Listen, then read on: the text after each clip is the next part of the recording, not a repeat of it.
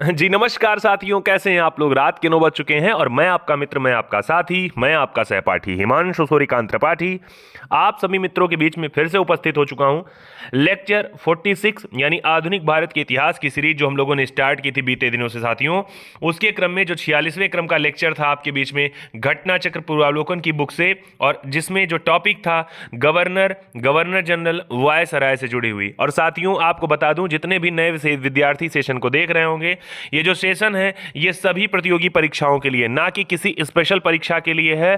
किसी भी प्रतियोगी परीक्षा की अगर आप तैयारी करते हैं या करने की तैयारी में हैं, आपके लिए ये बहुत ही ज्यादा जरूरी हो जाता है, तब भी जब आप भारत के एक नागरिक हैं और भारत के इतिहास को आपको जानना चाहिए, आपको समझ होनी चाहिए उसकी। साथियों आज का सेशन स्टार्ट करें उससे पहले कुछ देय वाक्य, और आपको बता दूं जो बीते दिन सेशन नहीं हो पा रहा था उसके लिए कतई न जानिए आप लोग, क्योंकि सेशन ही नहीं हो रहा था। बाकी आपके बीच में कम्युनिटी टैब में यानी टेलीग्राम के ऐप पे आपके लिए क्विज उपलब्ध होती रहती थी।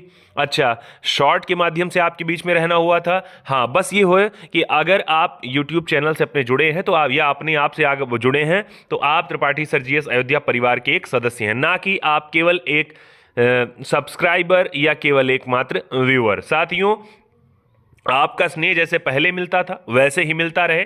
आज का सेशन स्टार्ट करते हैं उससे पहले एक ध्येय वाक्य। सुबह ही सुबह आपने एक ध्येय वाक्य देखा होगा, एक माटी का दिया है जो सारी रात अंधियारे से लड़ता है, तू तो भगवान का दिया है, तू किस बात से डरता है, हथेली पर रखकर नसीब तू क्यों अपना मुकद्दर ढूंढता है। और क्या करना है कि सीख उस समंदर से जो टकराने के लिए पत्थर को ढूंढता है। साथियों मेरे साथ एकदम लगातार बने रहिए और पॉजिटिव विचारधारा के साथ रहिए, पॉजिटिव थिंकिंग के साथ रहिए। आज का सेशन स्टार्ट करते हैं बिना समय बर्बाद किए, तो सभी साथियों को बुला लीजिए और आज का सेशन हम लोग स्टार्ट कर देते हैं तुरंत से। पहला प्रश्न लिखा हुआ है निम्नलिखित कथनों पर विचार कीजिए और बताना है रॉबर्ट क्लाइव बंगाल के गवर्नर जनरल थे। नंबर 2, विलियम बेंटिक भारत के गवर्नर जनरल थे। पूछ रहा है इसमें से कौन सा सही है या कौन से सही हैं।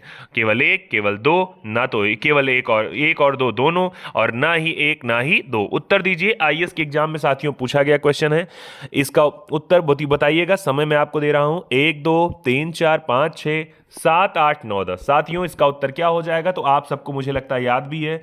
अगर बात की जाए सर बंगाल के पहले गवर्नर जनरल की, यानी गवर्नर जनरल स्टार्ट हो रही परंपरा, इसका मतलब ये क्या हो रहा है, ये 1773 का रेगुलेटिंग एक्ट स्टार्ट हो जा रहा है।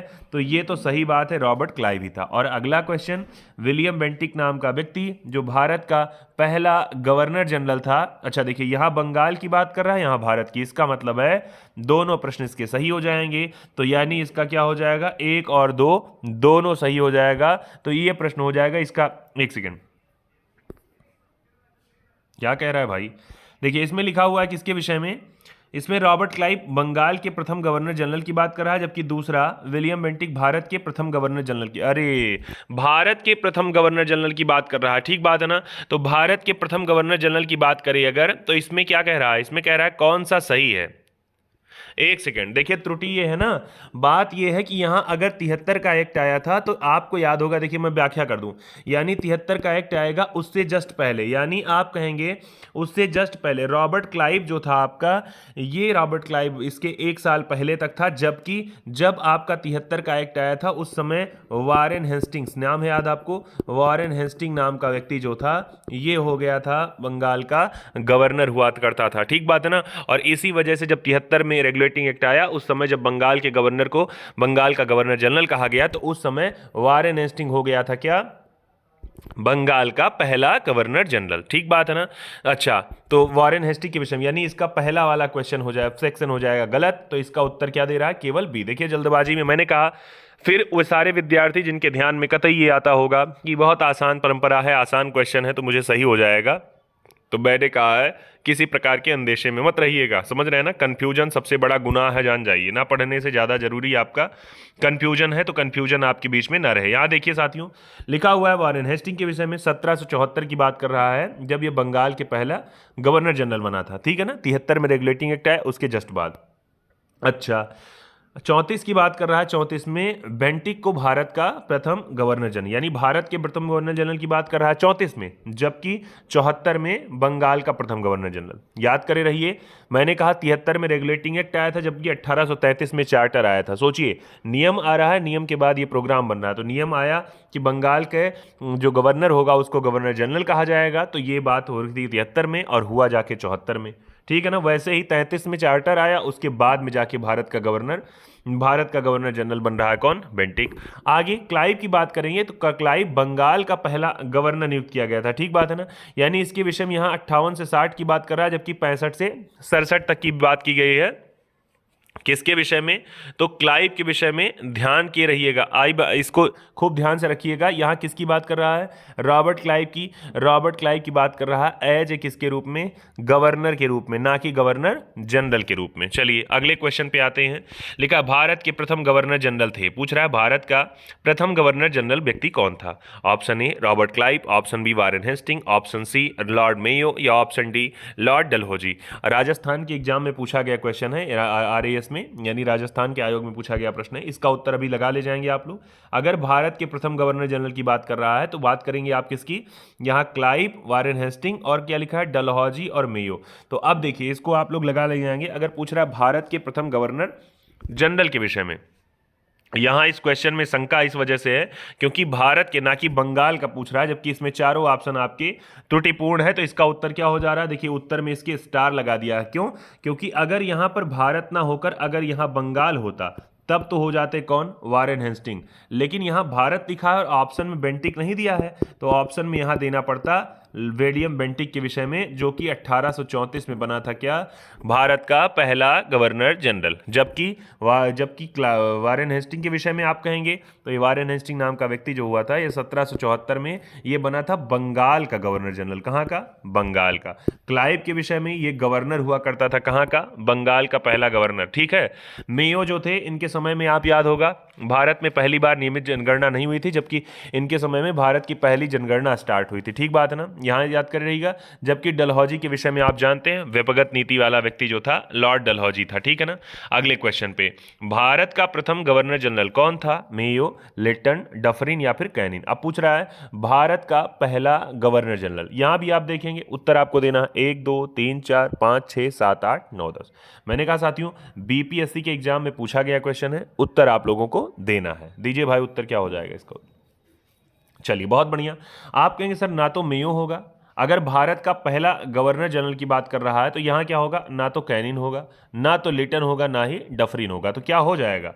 इसका ई वाला ऑप्शन हो जाएगा, उपयुक्त में से कोई नहीं। क्यों? क्योंकि यहां पर उत्तर होना चाहिए किसका? बेंटिक का नाम होना चाहिए, जो कि आपका 1834 में बना था भारत का पहला, यानी भारत के जो बंगाल का गवर्नर जनरल था उसका नाम चेंज करके भारत का गवर्नर जनरल कर दिया गया था। तो ध्यान करे रहिएगा।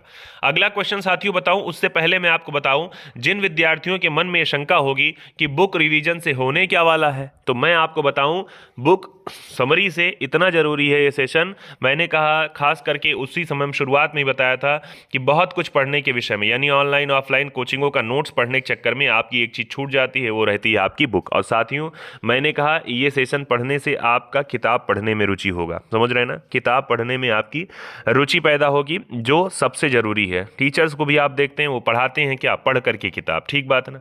वो भी किसी ना किसी किताब से पढ़ के तब आपके बीच में आते हैं, तब आपके सामने वो महाज्ञानी रूप में रहते हैं। इसी वजह से मैं कह रहा हूँ, आप भी अगर उसी किताब को पढ़ेंगे तो जाहिर सी बात में आपके अंदर भी वो धैर्यता, आपके अंदर निरंतरता बन के आएगी। ठीक बात है ना। तो इस वजह से मैं कह रहा हूँ शॉर्ट नोट्स का सहारा लेना कम करिए। सबसे पहले काम, अगर बेसिक अभ्यर्थी हैं आप एग्जाम के किसी भी तरीके से, तो पहले आप क्या करिए, आप सबसे पहले बुक को पढ़िए, तब जाके शॉर्ट नोट्स बनाइए। ठीक बात है। नहीं तो इतने होगा, उन्हीं आप कहेंगे ऑफलाइन ऑनलाइन नोट्स में आप परेशान रहेंगे और हर दिन एक नया कंटेंट आपको मिलेगा, उससे नुकसान आपका होगा। मैंने कहा इस वजह से किताब को भी पढ़िए, सारे नोट्स पढ़िए, सारी जगहों के नोट्स पढ़िए, लेकिन आप अपने साथ में बुक को भी पढ़ना स्टार्ट करिए, जिससे आपकी धैर्यता बने। किस चीज़ पे? पढ़ा अपनी अपनी कंटेंट को कवर करने पर। ठीक बात है, चलिए इसके विषय में। साथियों लिखा है, निम्नलिखित घटनाओं पर विचार करिए। क्लाइव पहले आया भारत में, या फिर इलाहाबाद की संधि पहले हुई, या बक्सर का युद्ध पहले हुआ, या वारेन हेस्टिंग भारत का गवर्नर पहले बना। पूछ रहा है आपसे, ये कालक्रम बता रहा है आपको, कह रहा है क्रम का चयन करिए। आरओ के एग्जाम में पूछा गया क्वेश्चन है, कौन सा होगा इसका सही?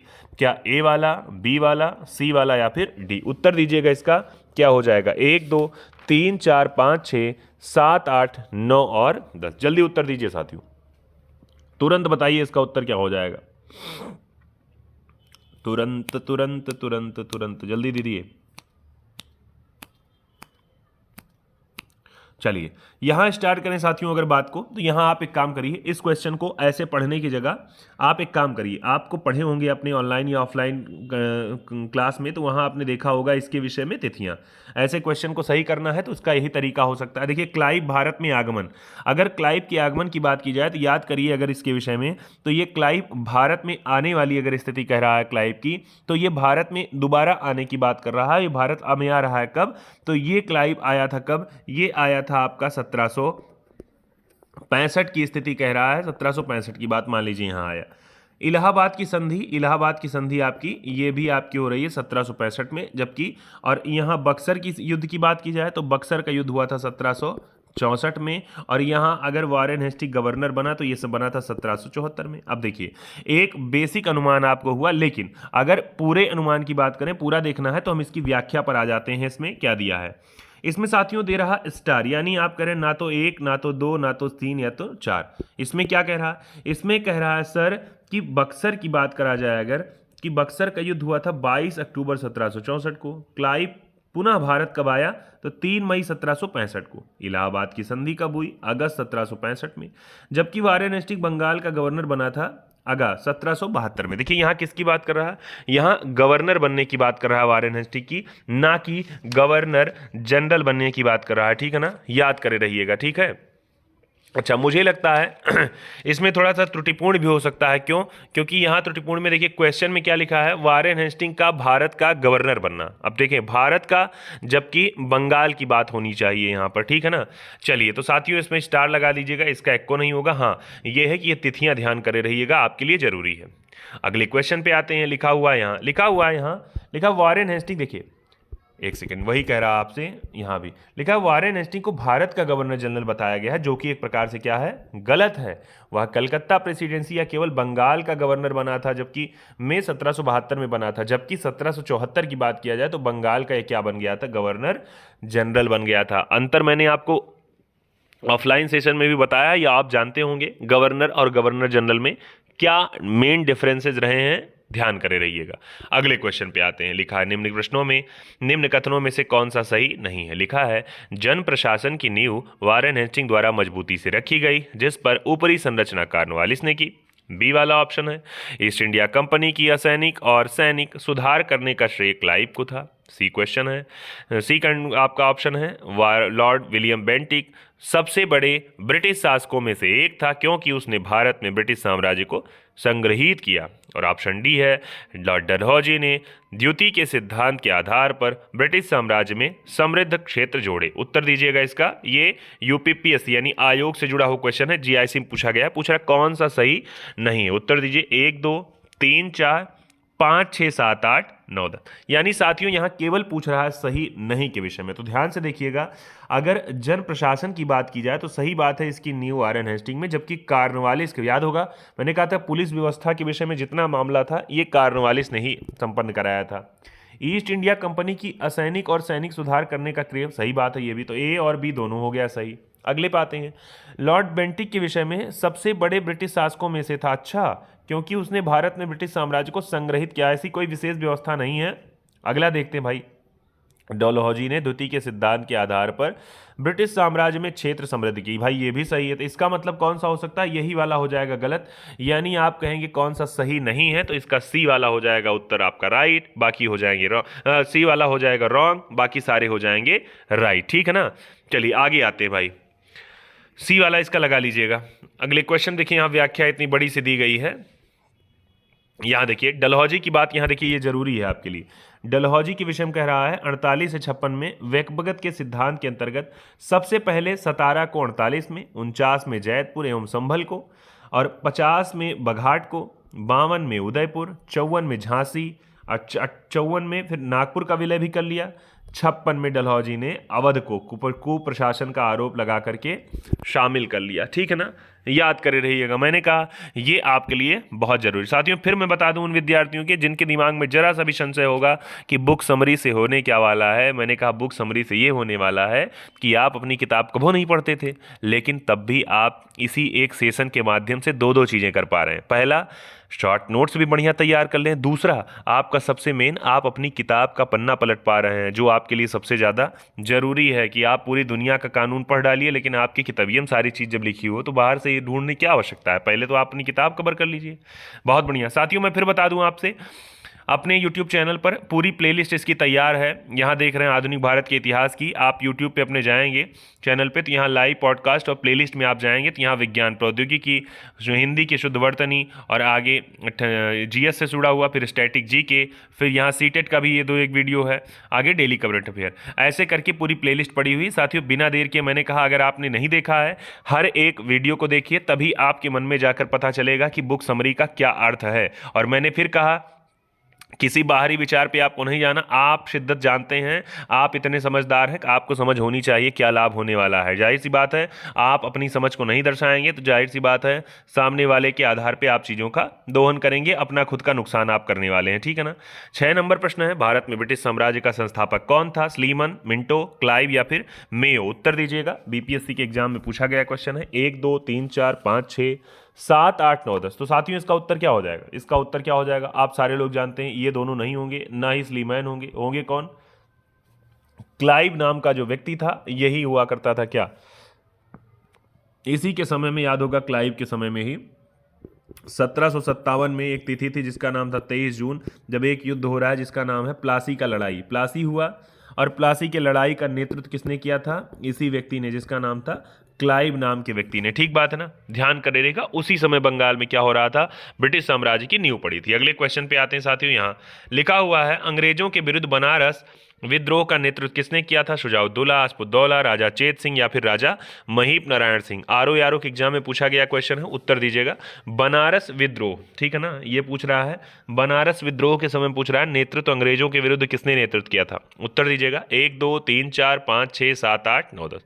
साथियों इसका उत्तर अगर बात करें तो इसका उत्तर ना तो शुजाउद्दौला होगा, ना तो आसफुद्दौला, ना राजा महीप सिंह। इसका उत्तर क्या होगा? इसका उत्तर होगा राजा चेत सिंह के विषय में। तो सी वाला ऑप्शन हो जाएगा सही कि अंग्रेजों के विरुद्ध बनारस का विद्रोह जो हुआ था इसमें चेत सिंह नाम के व्यक्ति ने क्या किया था? नेतृत्व किया था। यहां देखिए लिखा हुआ है राजा चेत सिंह 1781 की बात कर रहा है। याद होगा 1781 में एक एक्ट भी आया था, एक्ट ऑफ सेटलमेंट मुझे लगता है आया था, कैसे कुछ था। अच्छा, यहाँ वारेन हेस्टिंग ने अपने सैनिकों के साथ भागकर चुनार के किले में शरण ली। याद करिए चेत सिंह ने ऐसा आंदोलन स्टार्ट किया, विरोध किया कि विद्रोह किया कि इनको जो है भागना पड़ा वारेन हेस्टिंग को। ठीक है ना। अगले क्वेश्चन पे फिर आते हैं साथियों अगले क्वेश्चन पे। और अगले क्वेश्चन पे आने से पहले साथियों मैं कहूँ आप अपने ध्यान में ध्येय रखे रहिएगा कि जब आंखों में अरमान लिया, जब आंखों में अरमान लिया मंजिल को अपनी मान लिया, जब आंखों में अरमान लिया मंजिल को अपना मान लिया, तब मुश्किल क्या आसान है क्या, जब ठान लिया तो ठान लिया। आप सोचिए पहले सेशन से आज के सेशन तक आप पहुंचे हैं, लगातार आपकी प्रतिबद्धता बनी हुई अपने सेशन पे। मैंने क्या कहा? मैंने कहा सोचिए आप अपनी किताब नहीं कवर कर पा रहे थे, लेकिन आप यहाँ 45 मिनट साथ में जुड़कर यहाँ कई लाभ आपके। पहली चीज़, आपकी ही किताब यहाँ कवर हो रही है, चाहे जिस पब्लिकेशन की हो, यानी टॉपिक आपका कवर हो रहा है। दूसरा, इतने साथ में आपके बच्चे जुड़ रहे हैं। और अगली चीज, आपका प्रश्नोत्तरी भी उस सेशन हो रहा है, जिससे क्या हो रहा है एक साथ में आप अपनी तैयारी भी देख पा रहे हैं, कितना आपके दिमाग में तैयार हो रहा है। सोचिए जितना लाभ यहाँ होने वाला है उतना आपको किसी भी तरीके से होने वाला नहीं है। ठीक है ना। शॉर्ट नोट्स भी आप जो नोट करते हैं उसमें ऐसा नहीं रहता मैं आपको लिखवाता हूँ, जो आपको समझ में आता है, यानी मैंने इंपॉर्टेंट कहा आपने नोट कर लिया। ठीक बात है ना। तो कोई किसी प्रकार की आपके पास बाधकता नहीं कि आप एकदम पूरा पथन्ना ही नोट करिए, जितना आपको शॉर्ट लगे कम से कम चीज़ों में नोट करिए। लिखा है कलकत्ता में एशियाटिक सोसाइटी की स्थापना के समय बंगाल का गवर्नर जनरल कौन था? बड़ा आसान प्रश्न होने वाला है। क्यों? क्योंकि पिछले सेशन में आप एशियाटिक सोसाइटी को आप लोग पढ़ चुके थे। उत्तर दीजिएगा। 1 2 3 4 5 6 7 8 9-10। इसका उत्तर क्या होगा? कॉर्नवालिस, वारेन हेस्टिंग, बेंटिक या फिर वेलेजली। साथियों इसका उत्तर हो जाएगा। उससे पहले मैं बता दूं, अगर एशियाटिक सोसाइटी की अगर बात करेंगे तो याद करिए एक तिथि आई थी 1784, यानी 1784 के समय का मामला है। और आप सोच के देखिए 1784 की अगर बात करेंगे तो उस समय मैंने कहा था अगर किसी व्यक्ति की बात करें तो 84 का समय जो हुआ था तो वॉरेन हेस्टिंग का हुआ था। क्यों? क्योंकि हमने पिछले सेशन में बताया था 74 से लेकर 85 तक का समय जो हुआ करता था वो वॉरेन हेस्टिंग का ही हुआ करता था। जिसका मतलब उत्तर क्या हो जाएगा? इसका बी वाला ऑप्शन हो जाएगा। एशियाटिक सोसाइटी की स्थापना के समय बंगाल का गवर्नर जनरल हुआ करता था। देखिए आप इस कंटेंट को ध्यान में रखिएगा, क्या कह रहा है? बंगाल का गवर्नर कह रहा है कि बंगाल का गवर्नर जनरल कह रहा है या भारत का गवर्नर जनरल का? इसको खूब ध्यान से हर जगह आपको पढ़ने की आवश्यकता। आप सोचिए, यहां एक क्वेश्चन और मिल गया, एशियाटिक सोसाइटी की स्थापना कहां हुई थी? कलकत्ता में। चलिए बहुत बढ़िया, देखिए वही सब दिया हुआ है आपको। यहाँ एशियाटिक सोसाइटी विषय लिखा 15 जनवरी 1784। अगले क्वेश्चन पे, सुरक्षा प्रकोष्ठी की नीति संबंधित है किससे? डलहौजी, हेस्टिंग, लॉरेंस या फिर हेस्टिंग? उत्तर दीजिए। पीसीएस में पूछा गया है। 1 2 3 4 5 6 7 8 9 10। अगर सुरक्षा प्रकोष्ठ की बात की जाए साथियों तो आपको याद होगा पिछले सेशन में जब मैंने कहा, अभी फिर कह रहा हूं आपसे, पिछला सेशन इसी गवर्नर जनरल वाला अगर आपने थियरी नहीं पढ़ा है तो आप पिछले वीडियो को जरूर देखिएगा, तब आप जान पाएंगे। नहीं तो आप लापरवाही में चीजें छोड़ते चले जाएंगे। साथियों इसका जो उत्तर होने वाला है, अगर प्रकोष्ठ या सुरक्षा की या घेरे की नीति की बात की जाए तो इससे आपका नाम जो जोड़ेंगे, आपका यहाँ किसका नाम लिखा हुआ है तो इसका, हाँ एक सेकेंड, यहाँ डलहौजी है, हेस्टिंग्स हैं और हेनरी है। देखिए दो दो बार दे दिया है। तो साथियों इसका उत्तर क्या हो जाएगा? इसका उत्तर हो जाएगा हेस्टिंग के विषय में। तो इसका ए वाला ऑप्शन हो जाएगा राइट, यानी आप किसके विषय में? हेस्टिंग इससे जुड़े हुए व्यक्ति थे। ठीक है ना। आते हैं व्याख्या पे।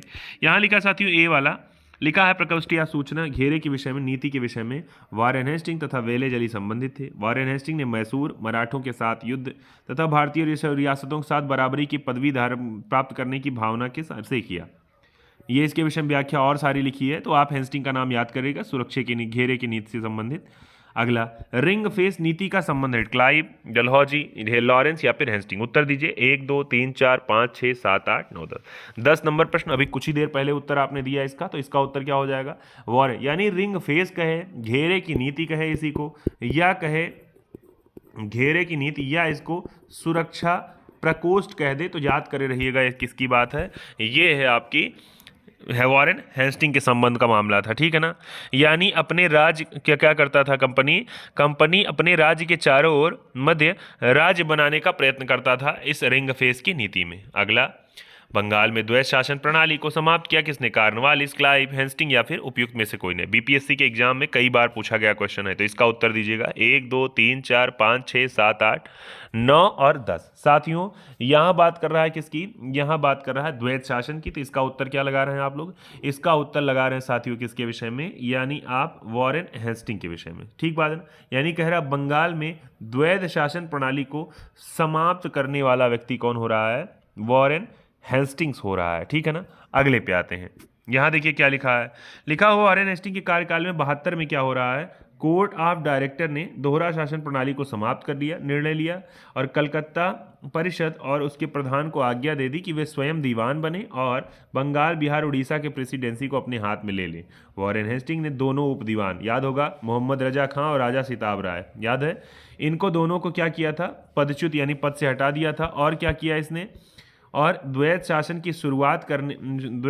की शुरुआत बंगाल में किसने स्टार्ट की थी? रॉबर्ट क्लाइव ने स्टार्ट की थी 1775 में। अब देखिए ध्यान से, यानी आपने कहा बंगाल में द्वैत शासन स्टार्ट करने वाला व्यक्ति कौन था? क्लाइव। जबकि समाप्त करने वाला व्यक्ति कौन था? Warren Hastings 1772। याद होगा स्टार्ट हुई 65 में ये, और दूसरा आप कहेंगे समाप्त हुई कब? 72 में। ठीक बात है ना। सोचिए ये क्वेश्चन मुझे लगता है कंफ्यूजन वाला था, कई लोग गड़बड़ भी कर दिए होंगे। ठीक है ना।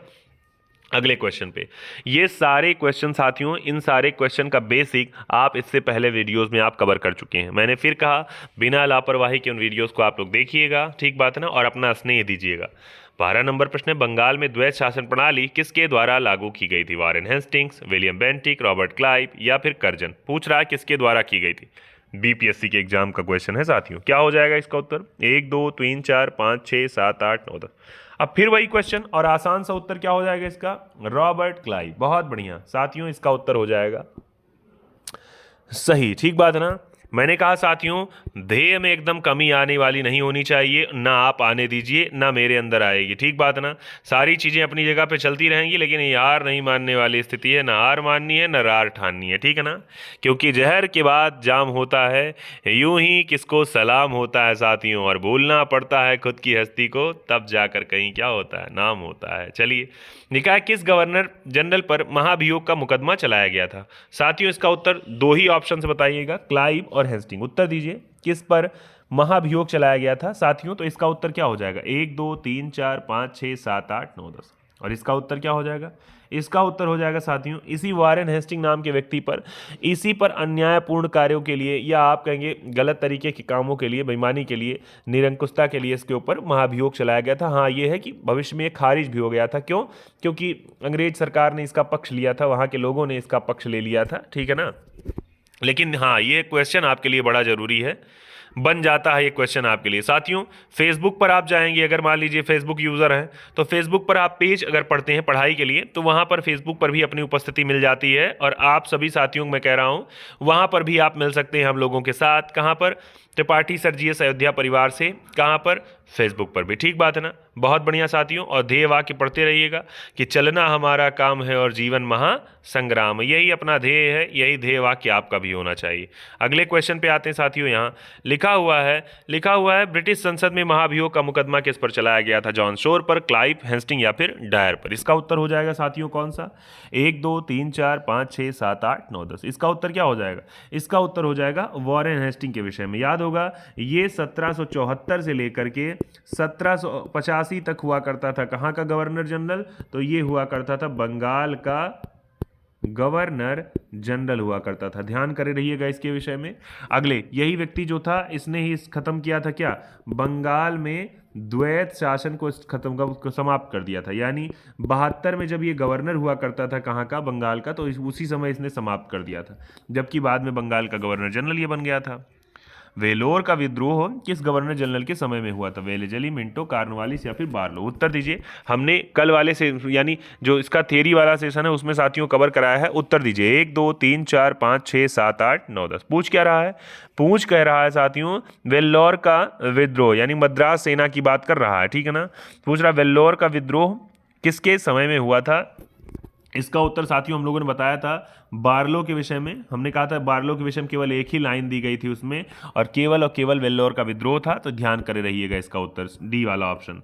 यहाँ लिखा है वेल्लोर का विद्रोह कब हुआ था, 1806 में हुआ था। मद्रास सेना के भारतीय सैनिकों ने पगड़ी पहनने, दाढ़ी मुड़वाने और तिलक न लगाने के विरोध में विद्रोह स्टार्ट किया था, ठीक है ना। और उस समय गवर्नर जनरल हुआ करता था जिसका नाम था बंगाल का, अच्छा उसका नाम था बंगाल जो गवर्नर जनरल, उसका नाम था Barlow, general sir George Barlow हुआ करता था उस समय, ठीक है ना।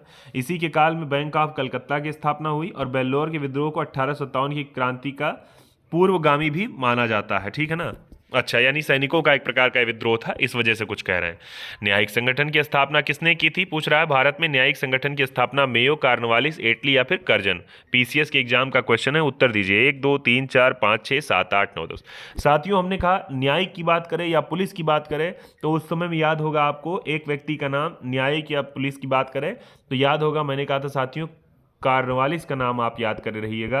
यही हो रहा है इसका उत्तर 16 का बी वाला उत्तर, यानी कि न्यायिक संगठन की स्थापना भारत में करने वाला व्यक्ति कार्नवालिस है। बहुत बढ़िया, अगले क्वेश्चन पे आते हैं। उससे पहले साथियों मैं बार बार आज आपको ये बता रहा हूँ इस वजह से क्योंकि पूरा सेशन, पूरा सीरीज आपकी समाप्ति हो चुकी है।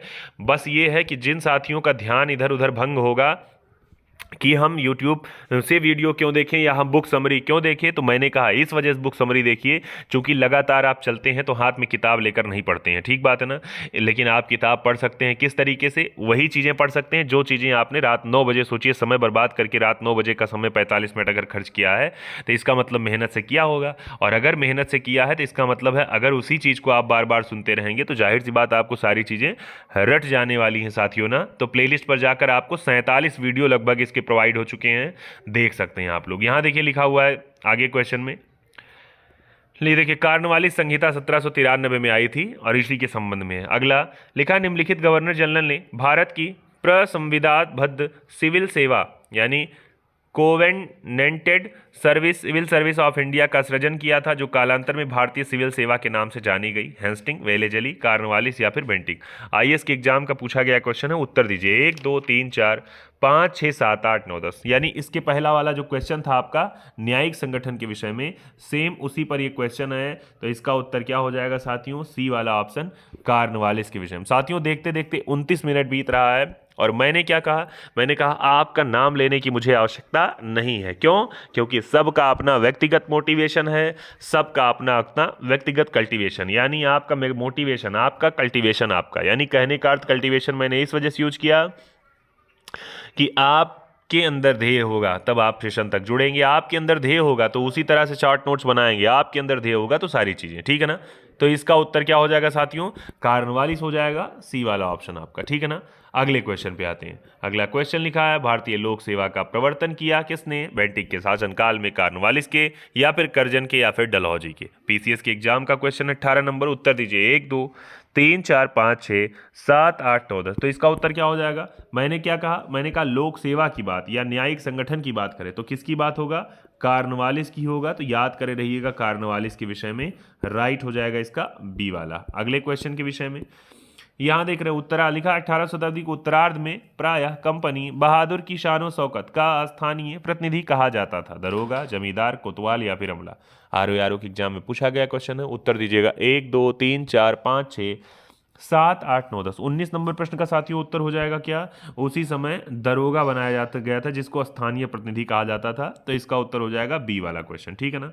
यानी कार्नवालिस ने जब 93 में अपनी इस कार्नवालिस में एक संहिता स्टार्ट की थी, न्यायिक संहिता, तो उसी समय जमींदारों को उनके पुलिस कर्तव्यों से अलग कर दिया गया था और 20 से 30 वर्ग मील के क्षेत्रों में थाना स्थापित करने की बात, यानी पहली बार थाना स्थापित किया गया और दरोगा को उसका पुलिस अधिकारी बनाया था। ठीक बात है ना? दरोगा नियुक्ति पर्यवेक्षण मजिस्ट्रेट द्वारा किया जाता था और किसान दरोगा को कंपनी बहादुर की शानो शौकत का न्यायिक प्रतिनिधि मानते थे। तो ध्यान करिएगा, दरोगा की नियुक्ति भी हो रही किसके समय में? ये हो रही है कार्नवालिस के समय में। थाने भी बन रहे हैं कार्नवालिस के समय में। कार्नवालिस की कब्र कहाँ स्थित है? गाजीपुर, बलिया, गोरखपुर, वाराणसी? मैंने कहा था, याद होगा, कार्नवालिस भारत में मर गया था कार्नवालिस। तो आपको इसका उत्तर क्या है पता भी है, पिछले वाले सेशन में आपने पढ़ा भी था। उत्तर दीजिए। 1 2 3 4 5 6 7 8 9 10। कार्नवालिस की बात की जाए तो याद करिए यही कार्नवालिस व्यक्ति था जिसकी कब्र कहाँ पर है? गाजीपुर में है। ये जो कार्नवालिस क्या था, ये भी गवर्नर जनरल था। कहाँ का? बंगाल का गवर्नर जनरल हुआ करता था। ठीक है ना? 86 से 93 तक।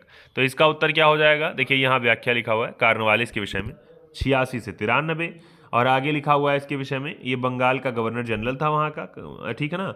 आगे इसने क्या किया? इस्तमरारी व्यवस्था या अस्थाई बंदोबस्त, न्यायिक संहिता और भारतीय लोक सेवा के प्रवर्तक के रूप में इसको जाना। ये कई नाम आप देख रहे हैं इसके संबंध में। ठीक है ना? और इसकी मृत्यु कहाँ पर हुई थी? तो गाजीपुर, जो कि वर्तमान समय अपने उत्तर प्रदेश से है। ठीक है ना? ध्यान करे रहिएगा। अगले क्वेश्चन पे याद करिए, भारतीय क्रिकेट खिलाड़ी भी एक बड़े 2020 के बड़े हीरा आदमी है, उनका नाम बताइए आपको कौन है जिनका गाजीपुर से जो बिलोंग करते हैं या गाजीपुर से संबंध रखते हैं। अगले क्वेश्चन पे आते हैं। 21 नंबर, वेलेजली द्वारा लागू की गई सहायक संधि के बारे में बताना है आपको। कौन सा कथन लागू नहीं होता है? दूसरों के खर्च पर एक बड़ी सेना बनाए रखना, भारत को नेपोलियन के खतरे से सुरक्षित रखना, या फिर कंपनी के लिए एक नियत आय का प्रबंध करना, और अगला है भारतीय रियासतों के ऊपर ब्रिटिश सर्वोच्चता स्थापित करना। पूछ रहा है कौन सा कथन नहीं है सहायक संधि के अंतर्गत। उत्तर दीजिए। 1 2 3 4 5 6 7 8 9 10। तो साथियों इसके उत्तर पे हम डायरेक्ट आते हैं। तो इसका उत्तर साथियों हो जाएगा सी वाला ऑप्शन, यानी कह रहा है यही वाला हो रहा है गड़बड़, बाकी सारे हो रहे हैं सही। ठीक है ना? पढ़ा मैंने इस वजह से, चूंकि अब सेशन 32 मिनट हो चुके हैं, समय कम हो जाएगा। मैं सोच रहा हूँ 50 तो करा ही दिए जाएंगे आपको। ठीक है ना? अगले क्वेश्चन पे लिखा, वेलेजली की सहायक संधि को स्वीकार करने वाला पहला मराठा। मैंने कहा था ये क्वेश्चन पिछले वाले सेशन में हम लोगों ने जब थियरी पढ़ी थी तो हमने कहा था जरूरी ये पूछा जाएगा। इसका उत्तर क्या हो जाएगा साथियों? पेशवा बाजीराव सेकेंड, रघुजी भोसले या फिर दौलत राव सिंधिया? उत्तर दीजिए। 1 2 3 4 5 6 7 8 9 10। साथियों याद करिए, वेलेजली की जो सहायक संधि थी इसको पूछने में मैंने कहा था राज्य के भी विषय में पूछा गया था और ये भी पूछा गया था कौन सा मराठा सरदार था। तो स्वीकार करने वाला पहला मराठा सरदार जो था उसका नाम था बाजीराव पेशवा सेकेंड। ठीक है ना? तो इसका उत्तर हो जाएगा ए वाला ऑप्शन। अगले क्वेश्चन पे आइए। यहाँ लिखा हुआ है 1802 में बसीन की संधि पर हस्ताक्षर किसके मध्य हुए थे? पीसीएस के एग्जाम में पूछा गया क्वेश्चन है, उत्तर दीजिए, ए बी सी या फिर डी। जल्दी दीजिए, 1 2 3 4 5 6 7 8 9 10। साथियों इसका उत्तर क्या हो जाएगा? इसका उत्तर हो जाएगा बसीन की संधि हुई थी बाजीराव सेकंड और अंग्रेजों के मध्य। याद करिए, मैंने कहा था यही बाजीराव सेकंड की बात जब आप करेंगे तो याद होगा, सहायक संधि को स्वीकार करने वाला पहला मराठा सरदार था। और सहायक संधि लाया कौन था? तो लाया था डलहौजी। सहायक संधि को स्वीकार करने वाला भारत का पहला शासक, अवध का नवाब, हैदराबाद का निजाम, पेशवा बाजीराव सेकंड या फिर त्रावणकोर का राजा। आईएएस के एग्जाम में पूछा गया क्वेश्चन है साथियों। 1 2 3 4 5 6 7 8 9 10। तो इसका 24 नंबर प्रश्न का मैंने फिर कहा, हमने आपसे ये चर्चा की थी और इसका उत्तर आपको देना है, ठीक है ना। तो इसका उत्तर क्या दे रहा है भाई? सहायक संधि की बात कर रहा है और स्वीकार करने वाला पहला शासक। यहां आते हैं साथियों इसके विषय में, चूंकि इसमें थोड़ा सा कंफ्यूजन थी इस वजह से इसको कवर करते हैं। यहां लिखा हुआ है वेले जली ने किया, ये वाला ऑप्शन दे तो रहा है, लिखा है वेले जली ने सहायक संधि का आविष्कार नहीं किया है, इस प्रणाली का अस्तित्व इससे पहले भी था। संभवतः डुप्ले प्रथम यूरोपीय था जिसने, डुप्ले जो फ्रांसीसी, लिखा है भारतीय राजाओं को इसने ही स्टार्ट किया था, किराए पर अपनी सेना दी थी। क्लाइव के काल से पहले या सभी गवर्नर जनरलों ने अपनाई थी। वेले जली की विशेषता ये केवल यह थी कि उसने इसका विकास करके संपर्क में आने वाले देसी राजाओं के संबंधों में इसका प्रयोग किया। लिखा है पहला सहायक संधि 1765 में अवध से की गई थी, जब कंपनी ने निश्चित धन के बदले उसकी सीमाओं की रक्षा करने का वचन दिया था। अवध ने एक रेजिडेंट, लिखा है, को लखनऊ में रखना स्वीकार। तो इसका उत्तर देखिए, लिखा है यदि प्रश्न में वेले जली की सहायक संधि को स्वीकार करने वाले प्रथम राज्य के बारे में पूछा जाए तब उत्तर तो उत्तर हैदराबाद। देखिए मैंने कहा था एक क्वेश्चन कंफ्यूजन है ना, यही बात सही निकली। अगर पूछा जाए वेले जली के विषय में तब आप कहेंगे हैदराबाद, लेकिन यहां क्या कह रहा है? यहां कह रहा है सहायक संधि। तो चलिए 2 क्वेश्चन हो गया। अगर आपसे सहायक संधि पूछे तब आप कहेंगे अवध का नवाब, लेकिन अगर पूछे आपको वेले जली का सहायक संधि, तो वेले जली का अगर पूछेगा तब यहां हैदराबाद। स्क्रीनशॉट करके रख लीजिए, ये क्वेश्चन आपके लिए जरूरी हो सकता है, ठीक है ना। संशय वाला प्रश्न है, ठीक है ना, क्योंकि हर व्यक्ति सहायक संधि पर आता है तो किसका नाम लगा देता है? तो हैदराबाद वाले का लगा देता है, ठीक है। लेकिन आयोग का प्रश्न रहा है तो जरूरी है। अगले क्वेश्चन पे यहाँ लिखा है सहायक संधि को किसके काल में क्रियान्वित किया गया था? कार्नवालिस, वेले जली, जॉन शोर या फिर ऑकलैंड। पीसीएस में पूछा गया ये भी क्वेश्चन है, उत्तर दीजिए। 1 2 3 4 5 6 7 8 9 10। किस पूछ रहा है? किसके काल में सहायक संधि को क्रियान्वित किया गया था? 25 नंबर प्रश्न, और इसका उत्तर साथियों याद होगा, यानी क्रियान्वित की बात कर रहा है ना, तो क्रियान्वित की बात वेले जली का समय था जब इसको क्रियान्वित किया गया था ना, तो इसका बी वाला उत्तर हो जाएगा। अगले क्वेश्चन पे सहायक संधि किसने स्वीकार नहीं की थी? लिखा है हैदराबाद के निजाम, इंदौर के होलकर, मैसूर के शासक या फिर जोधपुर के राजपूत राज ने। उत्तर दीजिए। 1 2 3 4 5 6 7 8 9 10। 26 नंबर प्रश्न साथियों, आपको बताना है किसने स्वीकार नहीं की थी। देखते हैं इसका उत्तर साथियों। इसमें ई वाला ऑप्शन यानी स्टार लगा दे रहा है कि किसने स्वीकार नहीं की थी, तो इसमें चारों में से कोई ऐसा नहीं जिसने स्वीकार नहीं की थी। तो इसका उत्तर में आते हैं व्याख्या। देखिए यहाँ पर हैदराबाद वाले भी स्वीकार कर रहे हैं, मैसूर, तंजौर, अवध, पेशवा, बरार के भोंसले, सिंधिया, इंदौर के होलकर, जोधपुर वाले, जयपुर वाले, जितना नाम लिखा हुआ है सारे ने स्वीकार किया था। इसी वजह से वहां पर, हाँ, वेले जली की बात याद करिएगा, 98 से 5 तक रहा ये व्यक्ति जिसने अंग्रेजी राज्यों, जो भारतीय राज्य थे उनको अंग्रेजी राजनीतिक परिधि में लाने के लिए सहायक संधि प्रणाली का प्रयोग किया था। तो ध्यान करे रहिएगा इसके विषय में, ठीक है ना, वेले जली के विषय में।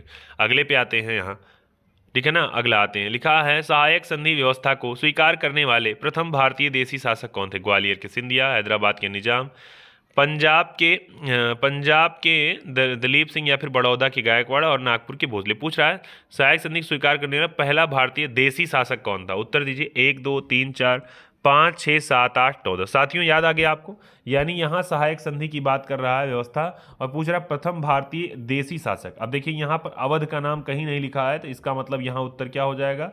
यहाँ हैदराबाद वाला ही हो जाएगा, ठीक बात है ना। जबकि अगर अवध होता तो अवध सही हो जाता, क्यों? क्योंकि यहाँ वेले जली आगे नहीं लिखा है ना, तो इसका उत्तर साथियों बी वाला हो जाएगा। अगले क्वेश्चन पे लिखा, विचार कीजिए जिन्होंने लॉर्ड वेले जली के साथ सहायक संधि की थी, उनके द्वारा किए गए संधियों का सही कालानुक्रम आपको बताना है। उत्तर दीजिए। 1 2 3 4 5 6 7 8 9 10। पीसीएस के मेंस में पूछा गया क्वेश्चन है साथियों। उत्तर दीजिएगा 28 नंबर प्रश्न का क्या हो जाएगा इसका उत्तर, ठीक है ना। आते हैं साथियों इसकी भी व्याख्या पर। इसका ए वाला ऑप्शन साथियों सही कर रहा है, यानी 1 2 3 और 4, हैदराबाद, मैसूर, फिर अवध, फिर आपका सिंधिया, ठीक है ना। देखिए आपका यही क्रम दिया हुआ है आपका। हैदराबाद, फिर मैसूर, फिर तंजौर, फिर अवध, फिर पेशवा, फिर भोसले वाले, फिर सिंधिया और ऐसे ऐसे करके इंदौर वाले। ठीक है ना साथियों, मैंने कहा आज के सेशन के लिए साथियों ये 28 प्रश्न हो पा रहे हैं। सुबह हो सकता है आपको सुबह भी सेशन मिल जाए, या मैंने कहा आप लाइव नहीं देख सकते हैं, बाद में आप देखिएगा, लेकिन हाँ ये है जो कहा गया वो पूरा किया जाएगा। क्यों? क्योंकि वाकिफ कहाँ जमाना हमारी उड़ान से, वे और थे जो हार गए आसमान से। साथियों ये आप देख रहे होंगे, ये हम लोगों ने नया सेशन स्टार्ट किया है, current in short, GK in short का, स्टैटिक जीके इन शॉर्ट का देख रहे होंगे आपको, और आज मुझे लगता है कल से आपको ये मिल भी रहा है। तो आप साथियों को क्या करना है, खूब ज़्यादा से ज़्यादा आपको प्यार देना है, कम से कम आप कमेंट खूब ज़्यादा से ज़्यादा किया करिए, आप इस पर और भी साथियों को बताया करिए। इसमें क्या है, इसमें छोटा सा ही सेशन होगा, 30 सेकेंड का, 60 सेकेंड का, और इसमें आपके लिए जीके या हिस्ट्री के क्वेश्चन कवर कराए जाएंगे। ठीक है ना साथियों, उसके साथ में एक ध्येय वाक्य के साथ आज का सेशन समाप्त करूंगा कि कोई कुछ भी बोले, आपको क्या करना है, कोई कुछ भी बोले बस खुद को शांत रखिए। आप कोई कुछ भी बोले बस खुद को शांत रखिए। क्यों? क्योंकि धूप कितनी भी तेज हो समंदर सूखता नहीं है। बहुत बहुत सही, धन्यवाद, आपने इतना सहयोग किया, आपका बहुत बहुत धन्यवाद। जय हिंद, जय भारत, शुभ रात्रि, वंदे मातरम।